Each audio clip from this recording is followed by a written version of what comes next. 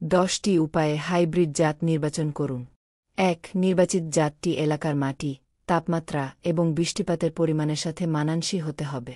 2. স্থানীয় রোগবালাই এবং পোকামাকড়ের প্রতিরোধ ক্ষমতা থাকতে হবে। 3. জাতটির উচ্চ ফলন দেওয়ার ক্ষমতা থাকতে হবে। 4. ফলনের গুণগত মান যেমন আকার, রং, স্বাদ এবং সংরক্ষণ ক্ষমতা থাকতে হবে।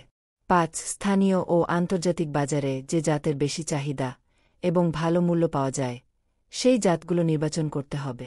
6. যে জাতগুলি দ্রুত পরিপক্ব হয় এবং জীবনচক্র কম সেগুলো নির্বাচন করতে হবে। 7. ফসল কাটার পরবর্তী সময়ে বাজারে ভালো দাম পাওয়া যায় এরকম জাত নির্বাচন করতে হবে। 8. উৎপাদন খরচ কম এবং পরিচর্যা সহজ এমন জাতগুলো নির্বাচন করতে হবে।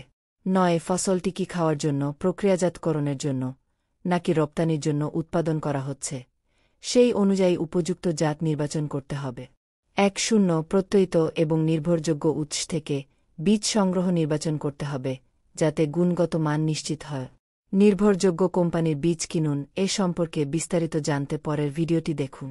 ভিডিওটি ভালো লাগলে লাইক, কমেন্ট ও শেয়ার করুন এবং জি মার্ক এগ্রো গাইড চ্যানেলটি সাবস্ক্রাইব করুন। ধন্যবাদ।